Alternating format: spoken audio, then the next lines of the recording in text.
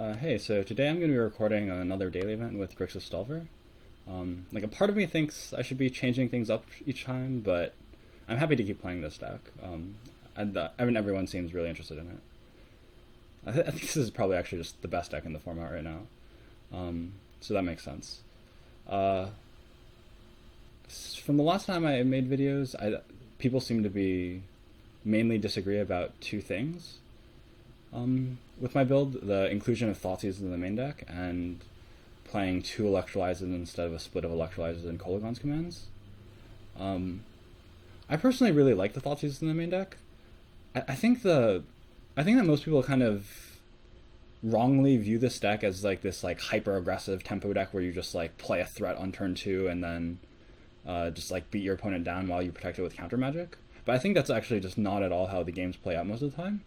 Like most of the time, you just play like a long game where like the card selection from Serum Visions and the sort of natural advantage in the natural advantage in like card quantity and card like impact that like playing counter spells gives you, just kind of like take over the game. And uh, in those games, like basically you just want to be able to sort of control your opponent's early turns, so you can actually get to this late game where your sort of card advantage engines in like Tasker, Snapcaster Mage, Young Pyromancer really start to take over. Like I basically view this as a Jund deck, where instead of playing Dark Confidants, you play Snapcaster Mages and Young Pyromancers, and you get to play this like absurdly artificially reduced land count because you're playing all of these cantrips. And I think this also just makes sense because like in longer games, like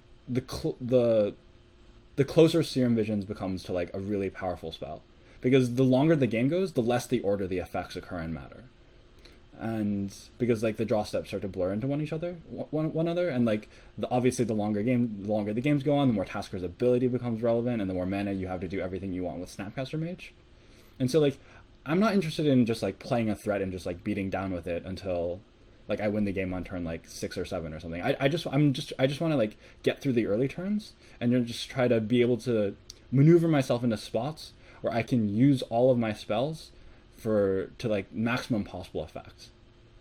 And I think like basically like that's like my build of the deck reflects that, where I'm not where I have like where I have like relatively fewer threats. I'm playing the full number of Snapcaster Mages.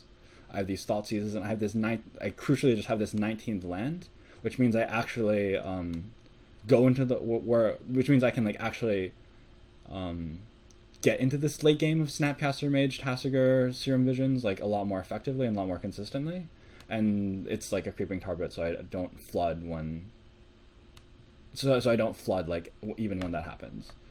And I think like if you sort of like approach the deck that way, it makes like the way I built this deck makes a lot more sense. The split of Electrolyze and Kolaghan's command both fit really well into that game plan, and I could definitely see playing a Kolaghan's command in the main deck. I personally just feel like Electrolyze is like a really powerful and unique effect, and I mean while Kolaghan's command is too in matchups where like path where they have Path to Exile, or they have Lingering Souls, or they're like a combo deck and you don't really want to be playing this like grindy game where you get your creatures back, or basically in matchups where the raised dead effect is bad, I feel like the card just doesn't like have enough impact on average. Like the card only really feels like busted when you're using the raised dead effect to basically just guarantee that you draw like a creature, and especially like a powerful creature like Snapcaster Mage or Tasker. And I feel like that just doesn't happen in enough matchups, but I'm definitely going to be keeping that in mind. Yeah, so I think through today's videos, I'll probably try to be mindful of like when I draw these cards, and whether or not I would rather them be like Kolaghan's commands or more counter spells, respectively, I guess. Yeah, and in that view, I suppose like not playing remands also makes sense, just because it's the time that you're getting, which is like really not that much to begin with, is like especially not particularly valuable. Um, yeah, and yeah, my sideboard's exactly the same. I think with my sideboard, I think I'm definitely thinking about cutting this Thoughtseize. There's not that many combo decks around right now, and I don't really want access to the third Thoughtseize against fair decks. I'm not really sure what I want to replace it with. Like there's no particular matchup that I really just want another card for.